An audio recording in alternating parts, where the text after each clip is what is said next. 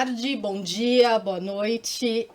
Sou a Daniele Barrios e hoje estou aqui para conversar com o Dr. Albert Bacelar sobre a tecnologia, a inteligência artificial e tudo que ele tem feito na saúde e fora dela também, utilizando as novas tecnologias que a gente tem visto aí no mercado. E o objetivo é que a gente traga esse conteúdo para o Meta Doctors. E vamos lá, super informal. Doutor, vou pedir para o senhor se apresentar e fique super à vontade aí para falar um pouco da sua experiência. Bom, agradecido por estar aqui. Meu nome é Albert, como foi pontuado. De carreira mesmo, eu fui mergulhador de resgate. Já trabalhei fora em algumas instituições, inclusive a Marinha, pela ONU.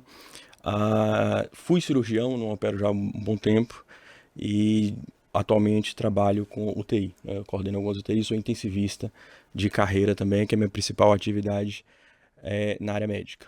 De forma paralela, sempre corri por alguns pontos e uma delas, de forma super importante, foi a inteligência artificial mesmo, né? Tanto na área, começando lá por área de programação, Python, agora Solid com Smart Contract, até chegar mesmo na parte de Health Tech, Digital Health, que é a parte mais relacionada à inteligência artificial.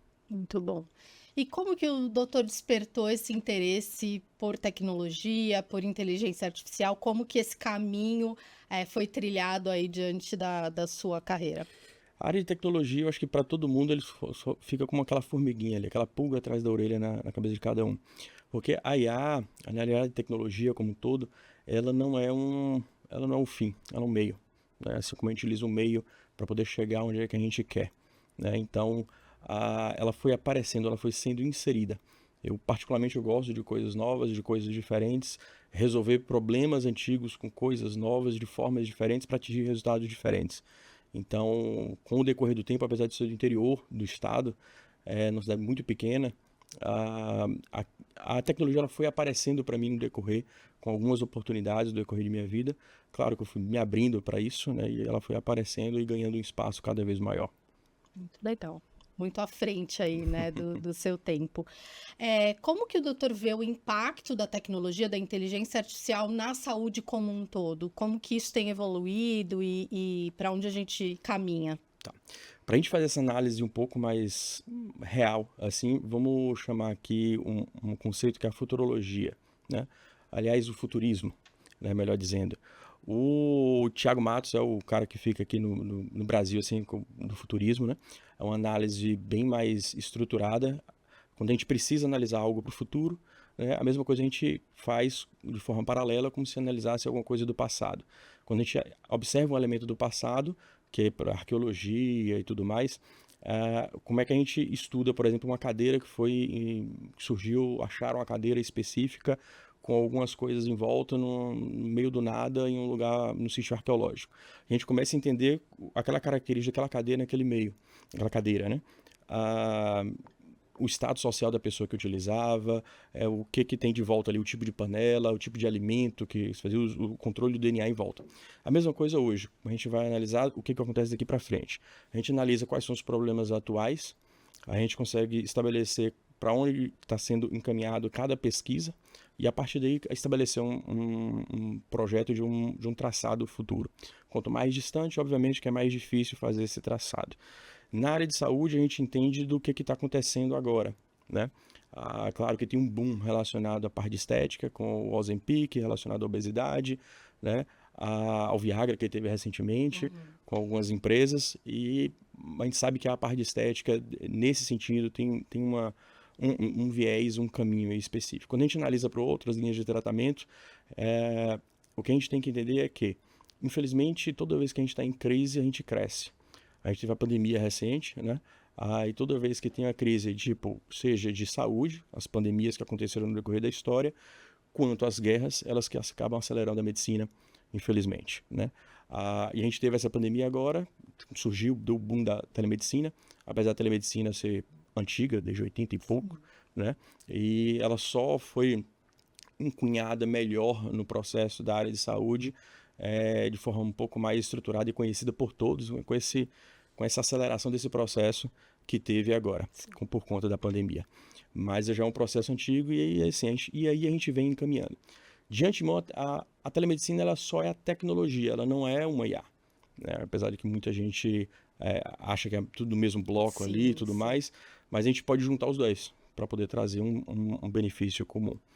O futuro dela, assim como a gente está analisando aqui a questão do passado, se eu for analisar o passado da área de saúde, né, quando surgiu o primeiro eletrocardiograma, os médicos achavam que eu perder os empregos.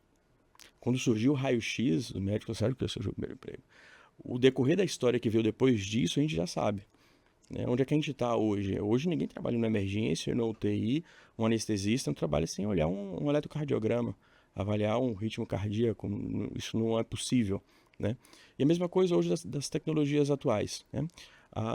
Muitas das profissões elas vão ser modificadas e outras profissões vão ser criadas, inclusive dentro das especialidades médicas, né? Como tem algumas especialidades médicas que não precisam de residência, né? Que é inclusive pouco conhecido pelos próprios médicos, né, como o desenho de próteses, que já existe há bastante tempo, os protesistas, os fisiologistas lá dentro da área médica que pega cada um em uma relação de uma especialidade médica para desenvolver um produto novo, e fora diversas outras especialidades, e vem a tecnologia adaptando já as existentes, e provavelmente a gente deve ouvir falar, deve ser criadas aí, de acordo com as regulamentações no futuro relacionadas a esse tipo de especialidade voltada mais para a área de tecnologia. Como a gente teve aqui em São Paulo, já recente, já também, o Hospital Sírio-Libanês, né, colocando aí um R3 de inovação para o pessoal da radiologia, né, eu cheguei a inserir o processo de tecnologia lá dentro, não somente para poder melhorar o atendimento médico, né, para humanizar mais o atendimento médico, mas para desenvolver soluções, né, porque problema a gente está cheio, paciente mais ainda. Então a gente precisa refinar melhor para que a gente possa cada vez ser mais assertivo, menos custoso, né, para o sistema de saúde, que já é extremamente caro, e otimizar o bem maior, que é o bem do paciente. Então, o doutor já vê um movimento na educação dos novos formandos, né, dos novos médicos. E para quem já está no mercado, como que o doutor vê esse movimento? Como que a sua recomendação, inclusive, para que os médicos possam usufruir, né, dessa tecnologia, da inteligência artificial, enfim? Como eu trabalho com gestão, eu entendo que inovação é o que muita gente acha que é só botar um setor de inovação dentro de um hospital, dentro de uma empresa, não é isso, né? Inovação é cultura, né? Então, assim, a gente precisa entender melhor como é que a gente vai inserir um processo de cultura numa determinada organização, numa indústria farmacêutica, dentro de um hospital, de um plano de saúde, por aí vai, para que a gente comece a fomentar as outras soluções, somente a partir daí. As faculdades de medicina ainda estão muito incipientes, ainda, apesar de existir diversas soluções, né, por N motivos, eu poderia citar, mas está começando a adentrar o uso da inteligência artificial, e muito pelo pessoal mesmo ficar muito resistente a essas adoções, mas eles são muito mais resistentes porque eles não entendem. Quando a gente vai para o mercado de trabalho, hoje já tem muita IA sendo utilizada nos processos de gestão de clínicas, que, como é número, fica mais fácil da pessoa entender que número tem mais associado com tecnologia. E, de fato, um dado estruturado, quando ele bem analisado, você consegue ter um valor, né, um produto muito mais bem refinado. Ao contrário de um dado não estruturado. O que é dado não estruturado? É a conversa do médico com o paciente. O fato do paciente falar assim, doutor, semana passada eu tive uma dor. Não, semana passada eu tive uma dor. Não, semana passada eu tive uma dor. São coisas diferentes. Então, aí que surge a questão do ChatGPT, vamos colocar aqui agora, que está no boom aí das linguagens de processamento de linguagem natural, né, que é um LLM, em que como é que eu coloco ele para entender isso? É por isso que ainda precisa do médico. Pode ser que no futuro vá precisar, a gente consiga diferenciar essas nuances relacionadas. Pode ser que sim, mas a questão é, a partir do momento que o médico ele coloca para IA, e eu não vou falar só de ChatGPT não, tem diversas outras, coloca para IA, trabalhar para ele de forma, tudo aquilo que é um processo repetitivo, manual, ele jogar para a inteligência artificial e assumir uma postura mais de olho no olho com o paciente, entender melhor o paciente, tocar no paciente, sentir, entender o paciente, não a doença. né? Que às vezes uma leve conversa ali de alguma coisa a gente consegue perceber que alguma coisa não está bem em casa ou algum processo, a gente consegue ajudar o paciente e não tratar somente a doença, né? Porque o paciente era um ser humano complexo que não vem só com a doença para você, vem todo um conjunto de fatores psicossocioeconômicos associados ao processo da doença que pode estar um combinando com o outro. E o papel do profissional de saúde é tratar ele como um todo, Sim. não somente a doença. Então, a partir do momento que ele já deixa esse processo mais repetitivo, esse processo mais robotizado para a IA fazer, permite que ele seja mais humano. Então, a questão da humanização, a questão da empatia e tudo mais, para ele poder trabalhar esse lado. E aí eu volto para as faculdades. As faculdades também têm que trabalhar esse lado dos estudantes de medicina. Como é que ele pode ser mais humano? Como é que ele pode usar ferramentas em que possa reduzir o tempo dele fazendo aqueles processos repetitivos em prol do paciente, né? E, por exemplo, citar aqui uma solução que está nesse momento sendo desenvolvida nesse momento. Visita na UTI, né? Em que a gente passa a visita multiprofissional, em que tem o enfermeiro, o médico, o fisioterapeuta, o psicólogo na beira-leito do paciente e já em muitos lugares já participa a família do próprio paciente também nessas visitas. É visitado leito a leito. Hoje existe um caminho de que eu não preciso ficar escrevendo, não preciso ficar andando com o computador, porque andar com o computador, andar com papel para poder escrever, passar exame, além de perder alguma parte do tempo em relação a isso, né, ter que ficar escrevendo ali as condutas do paciente, querendo ou não, você está levando dispositivo pela UTI, que querendo ou não também, você aumenta a taxa de infecção de uma unidade, ou você está pegando em mais coisas. Hoje, com a simples fala, né, com alguns comandos específicos, a gente consegue estruturar um texto, simplesmente com a linguagem natural também, né, ele transforma a voz em texto, de uma forma que aquilo passa a ser validado. O que ainda não existe ainda é a validação disso perante aos órgãos competentes, que nem nos Estados Unidos também ainda não tem essa ligação. E o outro ponto é a segurança desse dado, né? Porque como ele está ali, utiliza vários dispositivos com IoT e tudo mais, a segurança do dado ele acaba ficando um pouco frágil. Então é isso que está sendo estruturado nesse momento para que possa.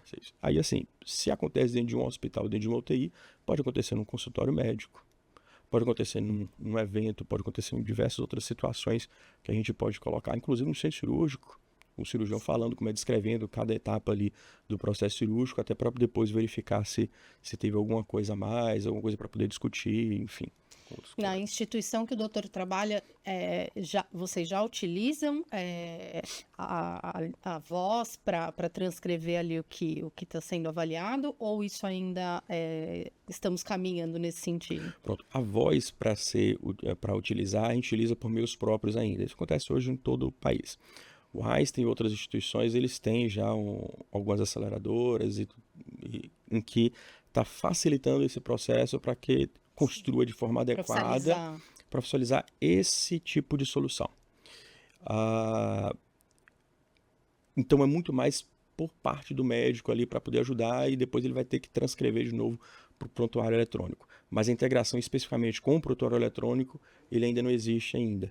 Né? Apesar de diversas soluções querem encabeçar com algumas APIs, algumas coisas, algumas tecnologias nesse sentido para poder resolver esse problema. Mas já é um ganho, né? Sim, é um ganho. Mesmo na informalidade, digamos assim, já com certeza todos os benefícios que o doutor trouxe de infecções, de agilidade realmente, né? Acho que é deixar para o profissional a parte humana em que o recurso não pode, né? Não deve fazer, inclusive, né? Muito bom. E como que o doutor vê o impacto da inteligência artificial e alguma outra tecnologia, tanto para a predição, quanto para o diagnóstico, para os novos tratamentos? A gente está vendo muito, né, se falar hoje em dia de medicina de precisão. Como que o doutor vê esse impacto nesses aspectos? A gente pode, na área de saúde, a gente pode também falar de predição, né, que a gente avalia desfecho, quanto inferência, que são as probabilidades das coisas acontecerem até chegar ao desfecho, não necessariamente analisando o próprio desfecho, mas tentando entender para onde é que vai o caminho, né? Que é justamente a análise booleana, que é do verdadeiro e falso, quanto a análise bayesiana, que é das probabilidades dos possíveis caminhos que vai acontecer. E a gente aplica isso em machine learning e deep learning, né, para poder entender como é que o médico pensa. Tem se criado bastante coisa já, tanto na linha de diagnóstico, que talvez seja o que esteja mais avançado nesse sentido, né? Mas na linha terapêutica também, tanto por terapia digital, né? em que as farmas vêm entrando pesado bastante junto com outras empresas, em que você não precisa prescrever necessariamente um medicamento, você pode prescrever um aplicativo. Com a pandemia a gente teve um boom muito grande dos transtornos de ansiedade, toque e outras doenças associadas a isso, em que a gente prescrevendo um aplicativo, a gente consegue ter um ganho com o paciente. O uso de realidade virtual também para esses pacientes, tanto para diagnóstico, gerando um gatilho, quanto o tratamento também, uma análise melhor. Mas é claro que o médico, o profissional de saúde, ele precisa entender para saber justamente como é que ele deve analisar. Que senão, se ele não entende o que está acontecendo ali, ele não tem capacidade nenhuma para poder fazer uma análise um pouco mais detalhada ou minimamente aceita do processo que ele pode trazer de benefício para o paciente. Fora isso, o desenvolvimento de medicamento também, né, que vem pesado, inclusive antes da pandemia. Hoje existe um banco gigantesco dessas moléculas, né, que a gente pode servir para poder desenvolver novos medicamentos. Um problema comum que nós temos, por exemplo, é o desenvolvimento de antibióticos, cada vez mais com a questão da resistência bacteriana. E já antes da pandemia, já foi acrescentado uma etapa a mais na fase pré-clínica de desenvolvimento de medicamento, que é o in silico. Nós temos a fase pré-clínica, que a gente avalia a questão do laboratório, que é in vitro, e depois em animais, que tem toda uma série de questionamentos éticos relacionados a isso. E depois temos a fase clínica, que é a fase que a gente tem o pessoal que é voluntário, em torno de 50, 80 participantes. Depois a segunda fase de análise justamente do impacto dessas medicações no corpo humano. E depois a terceira fase, que é a fase que tem milhares de pessoas para poder testar esse medicamento. Quando é inserido a fase in silico, antes, ele pega um banco de dados gigantesco, enorme, e ele cruza os dados. Essa molécula específica nesse medicamento aqui, ele é responsável por fazer um efeito X. Se eu juntar com essa outra molécula aqui, que é responsável por outro efeito, primeiro, ele vai manter a sua patência do que ele foi proposta para ali. Segundo, ele é capaz de fazer algum mal a um ser humano, né? E isso a gente já tem esse banco de dados de antes, com diversas moléculas, né? Tanto que, antes da pandemia, por exemplo, a gente já teve a alicina, né, que é um medicamento bem parecido com o metronidazol, né? Ele é considerado antiparasitário e que ele foi exatamente vinculado ao tratamento do Acinetobacter, que é uma das principais bactérias relacionadas à resistência bacteriana. E como ele pega exatamente o Acinetobacter, ele não pega outras bactérias. Nosso intestino é cheio de bactérias. Sim. Que a gente precisa para poder ter um funcionamento adequado na nossa saúde. E muitas vezes que a gente usa antibiótico, essas bactérias morrem também. Aí surge uma outra doença, né, em que a gente tem uma diarreia descontrolada, que é a colite pseudomembranosa. E uma vez esse antibiótico pegando somente essa bactéria, ele representa um avanço gigantesco, em ambiente intra-hospitalar, inclusive. Outra que foi desenvolvido também via in silico também foi a apalcina, que é uma medicação antiga que era para diabetes, não tinha nada a ver com a história de diabetes, e que ele consegue pegar algumas bactérias mais resistentes, inclusive Escherichia coli, que é comum do trato urinário. Né? E pegando bactérias mais resistentes, pegando um nicho cada vez menor de bactérias, a gente consegue personalizar. Né? E isso eu não estou falando coisa antiga, não, estou falando da pandemia. Né? Então, é algo que já está acontecendo, já passou da fase sílica, já está em determinadas fases agora, em que em breve deve aparecer. Né? Porque quando a gente fala de futuro de tecnologia, o pessoal pensa que isso é futuro, isso não é. Longe, isso, né? É presente. Futuro de medicina, para mim, é a pessoa conseguir imprimir a própria medicação dentro de casa, com as impressoras 3D, personalizando o tratamento. Que hoje, aqui no Brasil, já tem, inclusive, uma sede aqui em São Paulo, da Genera. Você consegue, através da saliva, ele consegue te dizer se você tem algum gene específico para determinada doença. O fato de você desenvolver essa doença ou não, aí pode depender de vários fatores, inclusive o comportamento nosso no dia a dia. Né? E eu sabendo disso antes, a indústria farmacêutica sabendo disso antes, né, personalizando determinados medicamentos, pensando na qualidade de vida dessas pessoas. Às vezes até a forma como a pessoa, se ela bebe mais água de manhã, se ela está dormindo tantas horas por dia, enfim, analisando esse ponto você consegue estabelecer o plano da saúde como um todo e não da saúde como um tratador de doença. né? A saúde, muita gente enxerga como saúde a ausência de doença, né? Mas esquece dos outros fatores psicossocioeconômicos relacionados ao indivíduo, ao ser humano, Sim, né? Como a OMS ela preconiza. sem dúvida. E com isso a gente vê aí um avanço importante, inclusive na adesão do paciente, né?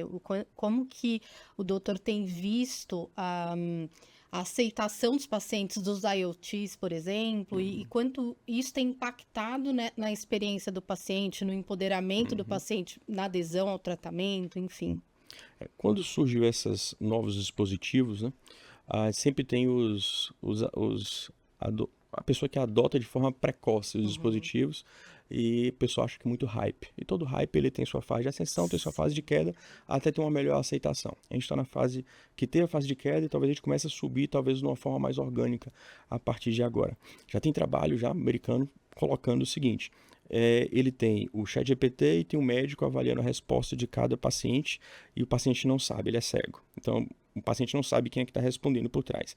Ele acha que o ChatGPT é mais empático do que o médico. Esse é um ponto. E a partir daqui eu consigo inferir a diversas coisas, né? O ChatGPT foi treinado para ser mais empático, ok. O médico, por que ele não é tão empático? Será que ele por falta de tempo, que ele tem que ficar processando um monte de papelada, burocracia?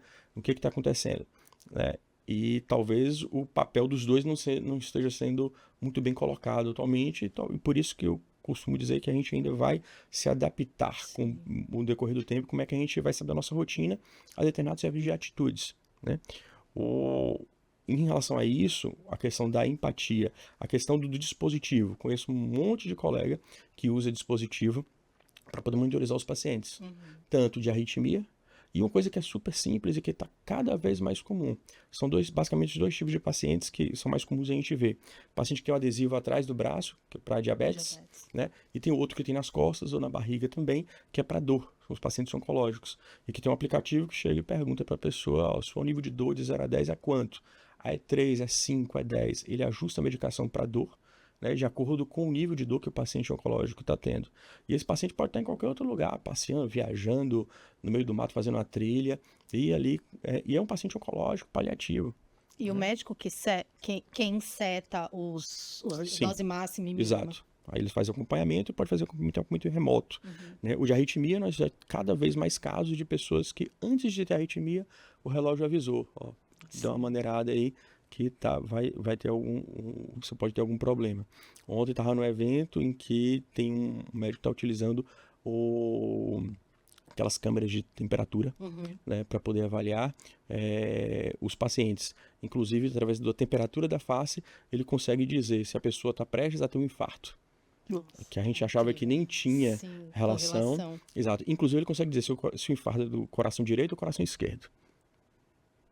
E assim, e isso, pensando em tanto coração esquerdo quanto coração direito, a gente pode direcionar muita coisa de terapia para o paciente, especificamente. Sim. Né? Até porque cada um tem suas nuances específicas. Em relação à terapia ainda, por exemplo, tem a plataforma Ginkgo, que é da Nova, que é uma farma também. Lá você consegue colocar um banco de dados grandes de moléculas de terapia. Eu quero fazer, sei lá, tem 1 milhão de dados aqui relacionados a cada uma molécula. Eu quero cruzar esses dados para saber o que pode ser, o que pode ser utilizado.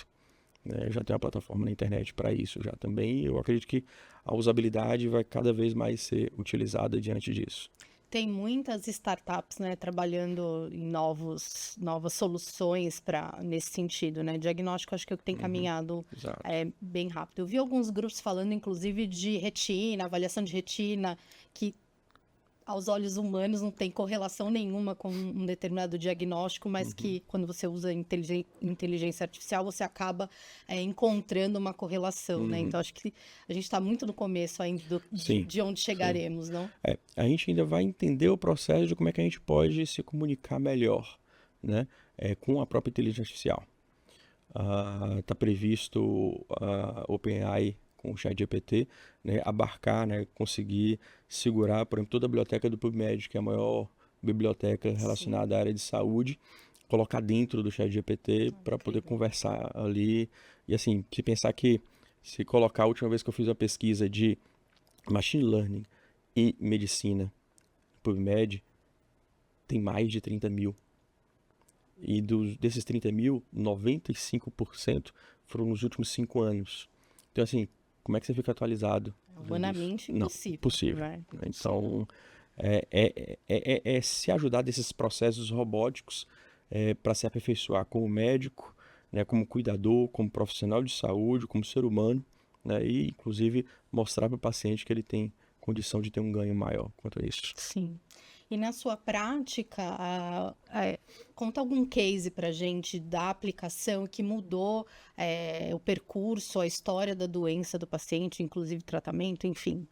Hoje, uma das linhas que eu estou é além de validação de dados, né, de machine learning, é terapia digital, né, que eu acho que é o mais fácil.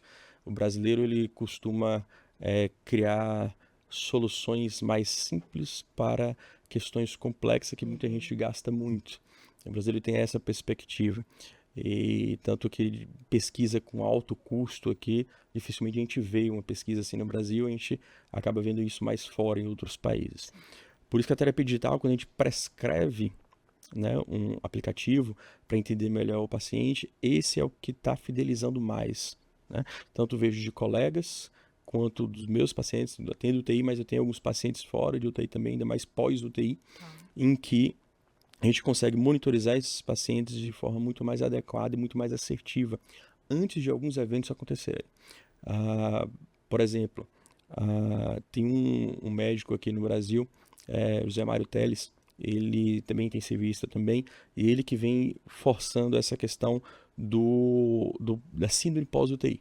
Aqueles pacientes que saem da UTI uma vez graves, eles têm as perspectivas de ter diversas outras doenças, como diabetes, insuficiência renal, maior chance de fratura, Alzheimer, nos próximos anos da saída de um ambiente hospitalar e de uma UTI. Então, como é que eu consigo monitorizar esses pacientes?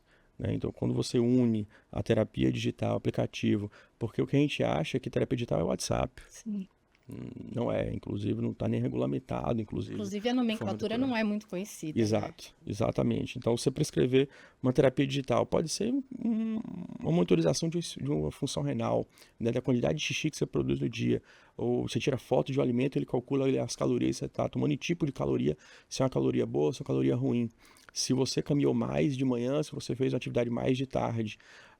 Se, por exemplo, se toda terça-feira você costuma assistir um tipo de filme específico e talvez durante essa semana você não assistiu esse tipo de filme específico, mas na quarta-feira você buscou, na sua busca de Google lá, você buscou dor de cabeça, alguma coisa que sabe está acontecendo com essa pessoa.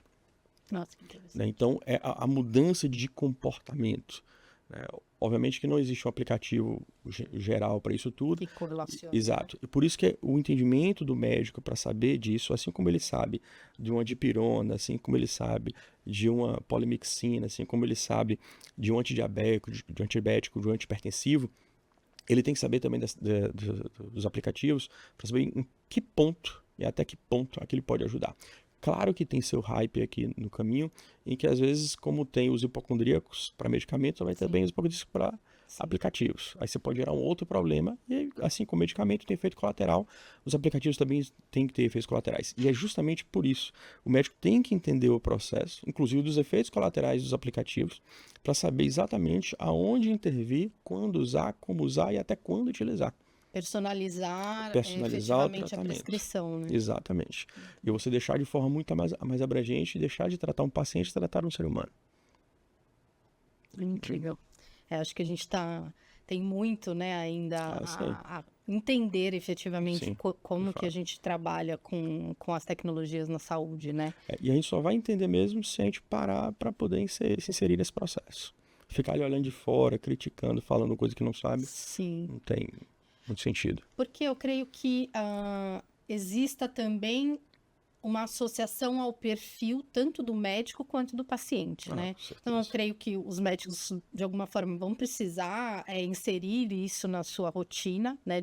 Alguns muito mais, outros menos, porque também o paciente vem com essa demanda, né? A gente vê cada dia mais os pacientes informados, etc. Eles chegam, muitas vezes, já ao consultório ou, enfim, alguma internação, já com esse conhecimento, né? Antes era o Dr. Google, né? Hoje é o Dr. ChatGPT. Só que o ChatGPT, ele tem o problema de alucinação.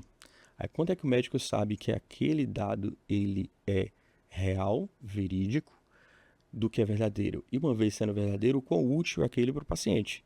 Sim. Então, são análise de cada etapa de processo, mas ele precisa entender cada etapa para poder justamente saber o que falar. Porque hoje o grande problema do ChatGPT é, se você pedir, fala assim, ó, fale sobre a doença tal, o que pode dar? Ele vai dar uma lista. Agora, explique. Ele não vai saber explicar. E esse trabalho tem 3 semanas que foi publicado, em que o grande problema são os modelos explicáveis, que são poucos. E pior ainda são os modelos interpretáveis.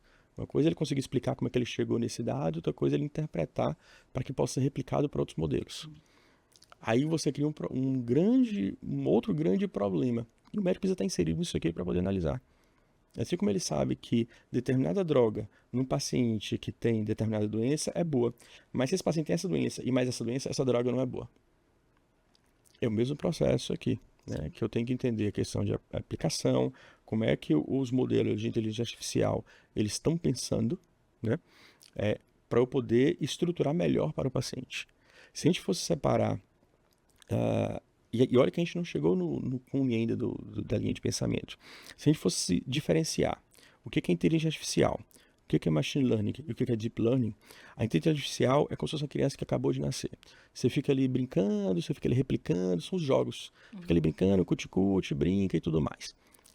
O machine learning já é uma criança que ele faz por repetição. É uma criança maiorzinha, que ele vê o pai, a mãe fazendo alguma coisa, ela repete. Ela está aprendendo, mas ela só repete o que ela aprendeu e viu em algum lugar. Ela não tem a capacidade de raciocinar se aquilo é verdadeiro ou se é falso.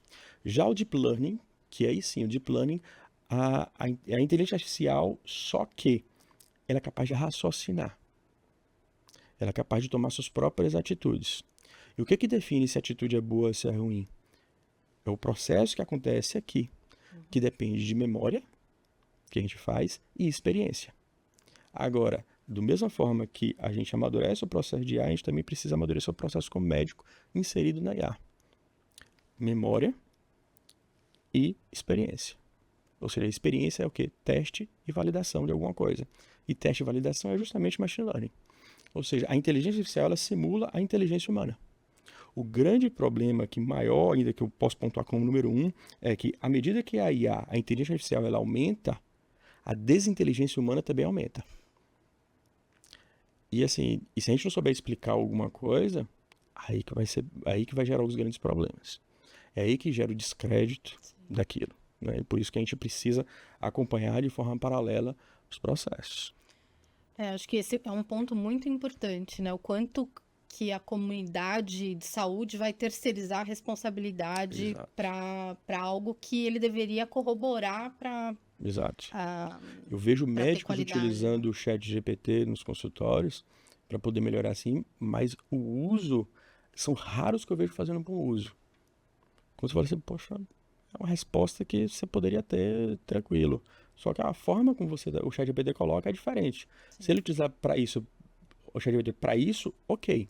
Agora, se ele estiver utilizando somente aquilo sem poder pensar por ele por trás, vai chegar um momento que não vai dar certo. E em algum momento o ChatGPT vai alucinar. E ele não vai perceber que o ChatGPT está dando uma informação errada sobre aquele tipo de doença ou do contexto do paciente. E o quanto que o médico tem conhecimento para alimentar esse banco de dados da forma adequada, né? Porque, enfim, sim, a informação vem humana, é externa, exato, enfim. Hoje as faculdades de medicina ainda pecam porque ele não ensina o médico a diversas coisas relacionadas ao mercado de trabalho. Uma delas que está sentindo a necessidade é como é que eu estruturo um dado, né? Se o paciente o médico fala, paciente tem diabetes tipo 2. Nem todo paciente de diabetes 2 é igual. Tem um paciente de diabetes tipo 2, é um paciente que está lá, que teve um diagnóstico muito precoce, ali de um paciente muito mais jovem, tipo de 40, 50 anos com diabetes tipo 2, é diferente de um paciente com diabetes tipo 2 que teve um diagnóstico aos 80 anos. É diferente um que tem um determinado nível de insulina. É diferente de outro que também tem hipertriglicemia associada. É diferente de outro que pratica atividade física. Que é diferente de outro que acorda às 7 da manhã, outro acorda às 10, outro acorda às 5. Os tipos de trabalho, o tipo de alimento que ele consome. E cada vez mais dados que a gente insere aqui, a nossa capacidade de raciocinar como ser humano vai ser mais difícil, vai ser mais limitada. Então, se eu colocar isso numa caixinha em que se eu colocar lá, sei lá, 10 mil parâmetros daquela pessoa em específico, o que pode ser melhor para aquela pessoa? É aí que eu vou conseguir personalizar melhor essa questão de alimento. Esse é o contexto aqui que entra a inteligência artificial, né? É justamente para poder utilizar a inteligência humana. Agora o humano precisa continuar inteligente. Sim, né? com certeza. Esse é um desafio Exato, importante, né? Exato. O quanto que a gente não vai se tornar preguiçoso, né? E como eu falei, terceirizar Tanto as que responsabilidades. Alguns colegas meus europeus, os médicos, eles tentaram utilizar em português. E tanto que teve um problema uns 2 anos atrás, um ano atrás, com o OpenAI, que os de língua portuguesa, a resposta do ChatGPT estava muito preguiçosa. Por quê? Porque limita a cultura da população. Ou seja, é um viés, uma tendência, falar assim, o povo que fala português é preguiçoso. Nossa. Ou seja, então ele teve que fazer determinados ajustes para que consiga pensar de uma forma só e responder numa língua à parte. E não se comportar como o pessoal que fala aquela língua. Né? Porque aí vai ter uma série de viés, inclusive xenofóbicos, uma série de outras coisas relacionadas a isso, né? Sem dúvida. E quando a gente vê algumas publicações, enfim, notícias de quanto as alucinações, né, são excludentes, é o quanto a gente alimentou aquele banco de dados com esse tipo de comportamento, né? Então, assim, ele só está respondendo o que a gente forneceu de informação. Exato. Né? Por isso que o dado, ele tem que ser validado. Ele tem que ser limpo, ele tem que ser claro. Que é uma das áreas que eu trabalho com validação de dados, né? Assim, o dado que chega para alimentar aquele banco, ele é adequado ou não, né? Porque se você joga um dado sujo, ele vai estragar. Se você não colocar os outliers e não der um peso para esse outlier, caso você decida colocar lá dentro da análise de dado, ele vai te dar uma informação diferente. E por isso que como é que a gente faz isso? Hoje a gente faz uma parte manual, a outra a gente faz um teste para saber como é que ele está enxergando esse dado, se ele é sujo ou se ele é um dado limpo. Né? E a gente consegue fazer isso muito hoje. Além de Python, aprendi Solid, que é a linguagem de programação de smart contract. Né? São os contratos inteligentes. Não é só a tokenização, né, dos dados médicos, mas também como é que eu consigo fazer uma validação desses dados através de smart contract. Né? Como é que a gente consegue estabelecer isso? Então, muita preocupação ainda é o do dado. Como é que você está alimentando esse banco de dados? E tem muito dado sujo.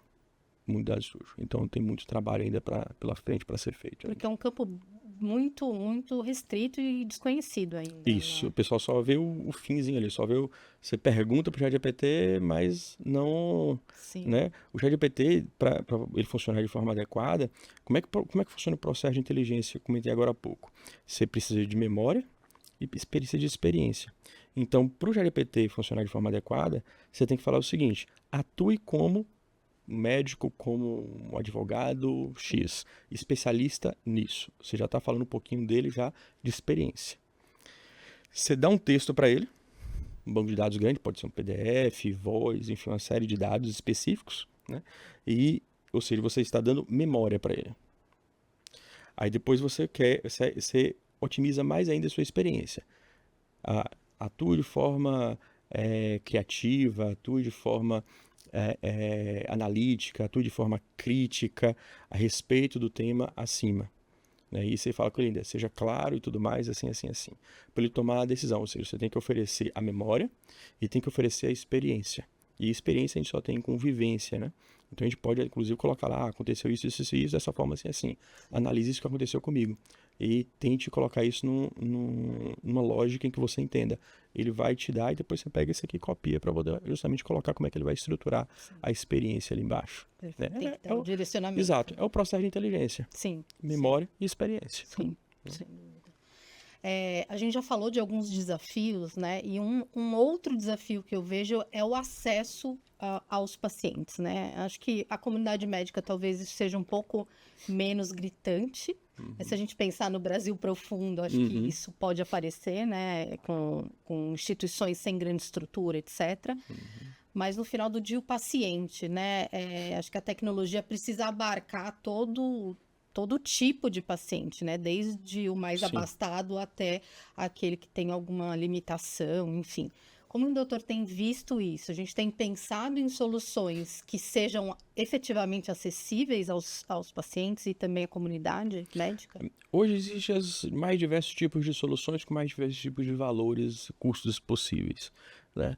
Claro que tem muita gente boa que não tem um financiamento para poder desenvolver determinados tipos de soluções e tem desenvolvido também soluções muito simples, né, com custo baixo. Acredito que a gente ainda precisa melhorar o acesso à internet em todo o seu contexto. A gente tem uma série de problemas relacionados à inserção disso no Brasil, dos que não cabe comentar aqui, mas é justamente do acesso à internet em todos os cantos. Existe uma discussão se a internet é um bem básico de vida, né, como energia, como saneamento básico, como saúde. A meu ver, sim, né? Agora, como é que a gente está sendo entregue isso? Como é que a gente está sendo entregue a informação para essas pessoas? Não vou nem discutir a qualidade de informação, mas a informação sendo entregue a essas pessoas, como é que elas estão chegando, em especial em zonas remotas, Sim. né? Esse seria o primeiro passo, e ainda no Brasil, ainda por ser um país, apesar de ser um país em desenvolvimento, que deveria estar aí oferecendo bastante coisa. Eu entendo também que o Brasil é um país intercontinental e que a gente tem nossas dificuldades de logística de entrega disso, de fato, tá? Mas a gente precisa resolver esse ponto primeiro, o acesso à informação e à internet. O segundo é justamente estruturar e fazer com que aquela ponta lá, ela saiba que existe a possibilidade dela ter acesso a diversos outros especialistas, que aí viria uma segunda onda. Mais para frente, se possível, aí com criação de programas e tudo mais, em que como é que eu vou inserir, como é que eu vou colocar um dispositivo, um gadget, um wearable, né, um vestível para essa população, sei lá, pode ser, não falando só de índio não, falando população ribeirinha, populações carentes, os lugares mais distantes do Brasil possíveis, né? E como é que eu consigo ter acesso a isso? Mas vou deixar um relógio, um dispositivo. Não estou falando de relógio, de anel, de inteligência de adição. Uma câmera. Em Sim. Salvador, no carnaval, já conseguiu já aprender muita gente com reconhecimento facial. No carnaval de Salvador, inclusive pessoas fantasiadas. Você consegue Incrível. reconhecer. Então, por exemplo, esse médico que eu citei agora há pouco, da câmera do infravermelho por temperatura, que ele consegue identificar o infarto. A câmera hoje a gente está em diversos lugares. Eu sei que a gente tem que respeitar a questão da LGPD e a gente deve, de fato, né? Mas existe um meio do caminho aqui que a gente consiga colocar justamente para poder enxergar, ter o acesso à informação, como é que eu vou monitorizar essas pessoas, né, para entender o que elas enxergam como a própria saúde, né, o que elas querem, para poder justamente entregar aquilo que elas querem e o que elas precisam, Precisa. né? Do ponto de vista de saúde, colocando aqui. Então, uma câmera com infravermelho, eu sei que a população está com a temperatura um pouco maior, em um lugar específico endêmico de malária. Pode surgir algum foco ali de malária aqui nesse período, ou então de alguma doença específica de uma população com uma temperatura maior. Estou citando aqui a questão de temperatura, que foi isso que Sim. colocou, mas tem diversas outras que a gente pode mencionar e colocar para isso, né? Muito bom. Quando a gente olha as questões de cibersegurança, etc., não pode ser um limitador, né? Senão a gente começa a já colocar E tem que trabalhar de forma empecilhos. paralela. Sim. Tem que trabalhar, segurança tem que trabalhar paralela. Tem alguns hospitais no Brasil, alguns cases, alguns nem foram tão divulgados assim, em que hackers adentraram, pegaram os dados de prontuários médicos e cobrando do hospital X, justamente para poder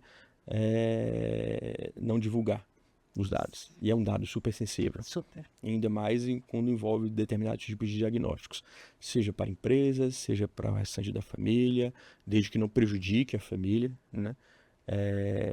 Enfim, é um dado sensível que ele que tem que decidir, o próprio paciente é detentor do próprio dado, e que ele tem que decidir se esse dado e que nível de dado que ele pode ser fornecido. Por isso que tem uma discussão muito sobre tokenização de dados, né, em que o próprio paciente carrega o seu próprio prontuário.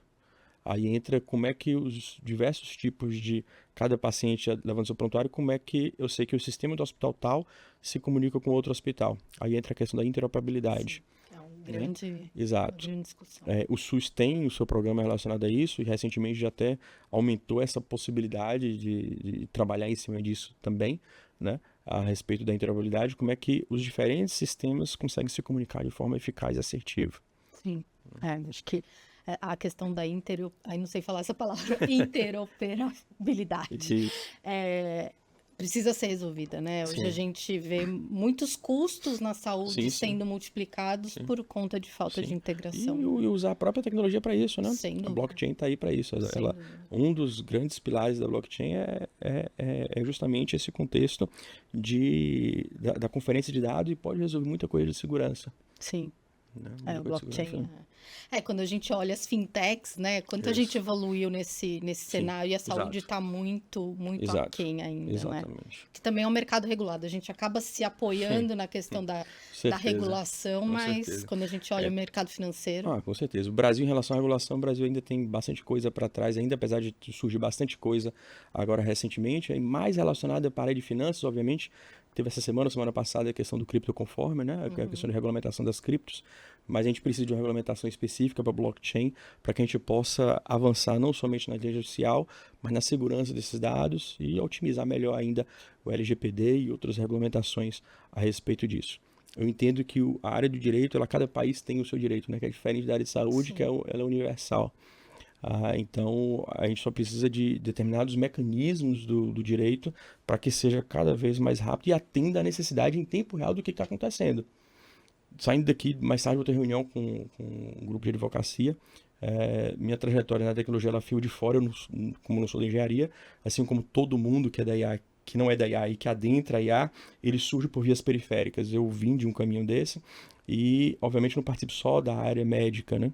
A gente acaba pegando outras áreas por fora, que pega a área de inteligência artificial, de blockchain, e que a gente acaba ligando, acendendo uma bandeira amarela, uma bandeira vermelha, para chamar a atenção de outras áreas.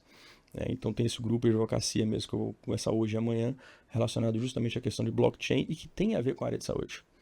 Sobre tokenização de ativos, tokenização de ativos na área de saúde, que acaba pegando a área de finanças. A IA ela é uma área de conhecimento que vai estar dentro de tudo.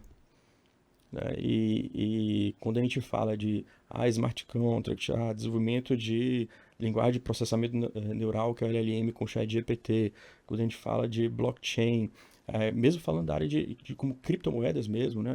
A gente acha que blockchain é somente Bitcoin, Ethereum, a gente mal sabe boa parte da população que Ethereum ele serve para estabelecer contratos. Né? E o fato do médico falar assim, vamos passar essa medicação aqui para você, se você não ficar bem em 3 dias, você vai voltar aqui para mim, se não ficar bem com isso, você vai procurar um hospital, você toma essas medicações aqui. Isso é um contrato. Então, como é que a gente pode validar isso de ponto de vista regulamentar? Esse é o contrato da conversa. A questão do entendimento de como é que as coisas estão acontecendo, né? E deixar as coisas mais fluidas. Agora a gente precisa entender esse processo. Apesar da gente ter um contrato verbal, a gente não lembra que é um contrato. Sim. Mas quando a gente tokeniza, até porque se a gente tokenizar esse tipo de ativo, né, o que vai me dizer no futuro é se o paciente descumpriu esse acordo, e se descumprir esse acordo não utilizei determinada medicação, e ele evoluiu mal, e ele querer falar de quem é que vai ser a responsabilidade desse processo. Como é que eu posso melhorar para poder para o paciente aceitar melhor esse processo? Será que não foi um processo de comunicação? Ou seja, essas quebras desses contratos verbais, digamos assim, do médico-paciente, né, dos acordos, que é um acordo, como é que a gente pode melhorar isso? Né? Então, aí tem a tecnologia também para isso também. A gente só precisa estruturar melhor em cada coisa, em cada passo. Nossa, eu nunca tinha pensado nisso, que a orientação médica no final do dia é um acordo, né?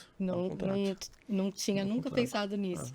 E creio que também seja importante para remunerar o médico também, né? Porque para monitorar esse paciente fora do consultório, ele vai precisar dedicar um tempo e isso de alguma forma Tá chegando impacta, como uma né? criança aqui no Brasil, agora que você comentou, que é o pagamento relacionado a valor, né? O que o paciente considera como valor para ele.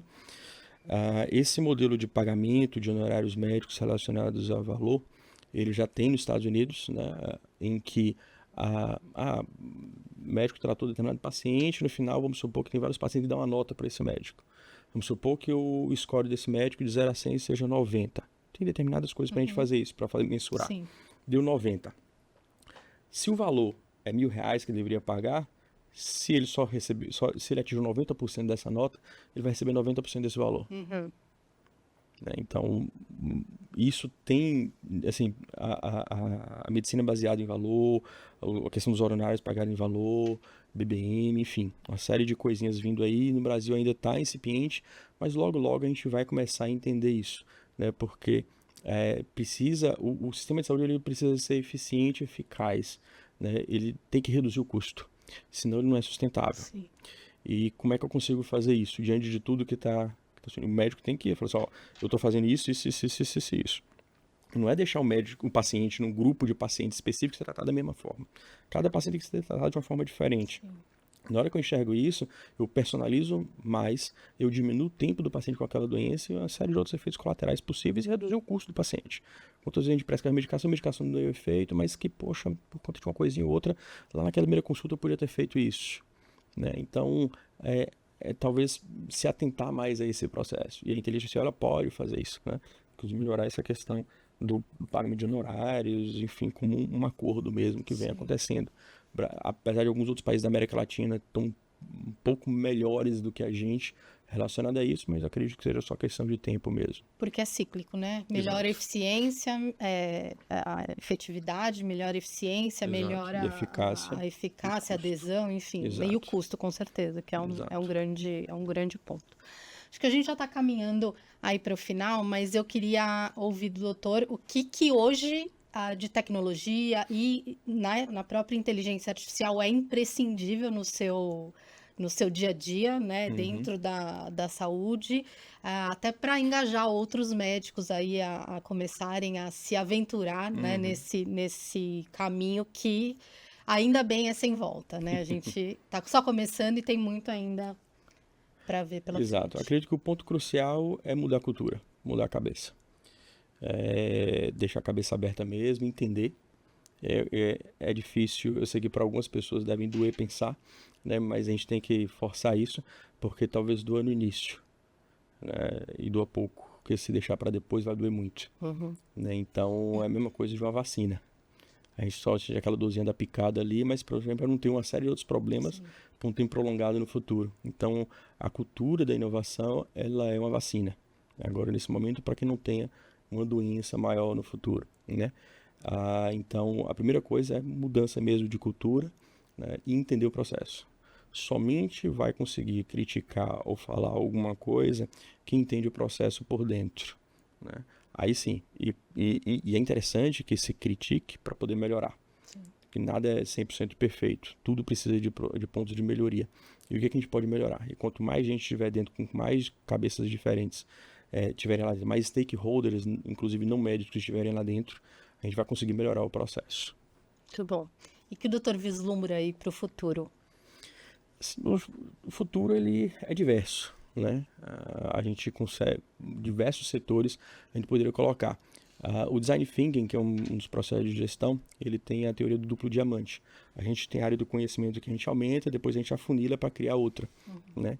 E a gente está justamente nesse negócio do afunilamento de todas as áreas de engenharia, medicina, direito, economia, matemática, física, química, se juntando ali para depois a gente justamente criar as novas profissões, os novos conhecimentos, as novas teorias que a gente vai ter daqui para frente. Né?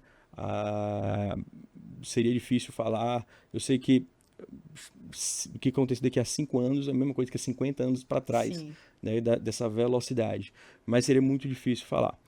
O que eu posso falar é que eu espero, né, que eu vislumbro na minha área é justamente a questão de melhor empatia, menor robotização dos médicos, somente os médicos que trabalham como robôs serão substituídos por robôs, né, e tentar entender esse processo, assim, porque senão não tem caminho para seguir.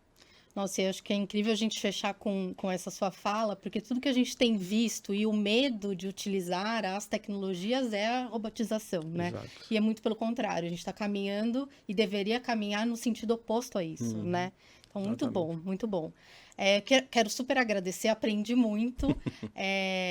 Se você quiser deixar os seus contatos, enfim, deixar suas redes sociais, para os outros médicos te seguirem, fique super à vontade. Tá, é mais fácil me seguir mais pelo LinkedIn mesmo. Acho que eu respondo rápido, sem problema. No Instagram, não sou uma pessoa muito ali do Instagram, mas o LinkedIn acaba tendo bastante coisa, inclusive discussão de casos, dos artigos que estão saindo mais recentes, tecnologia que estão saindo mais recentes. O LinkedIn é a forma mais adequada mesmo. Perfeito. Muito obrigada. Tá bom? Foi um prazer conhecê-lo e conversar nesse momento. Aprendi, como eu falei, aprendi bastante. E espero que todos vocês tenham gostado, e estejam conosco aí nos próximos bate-papos. Tchau! Tchau, tchau, pessoal.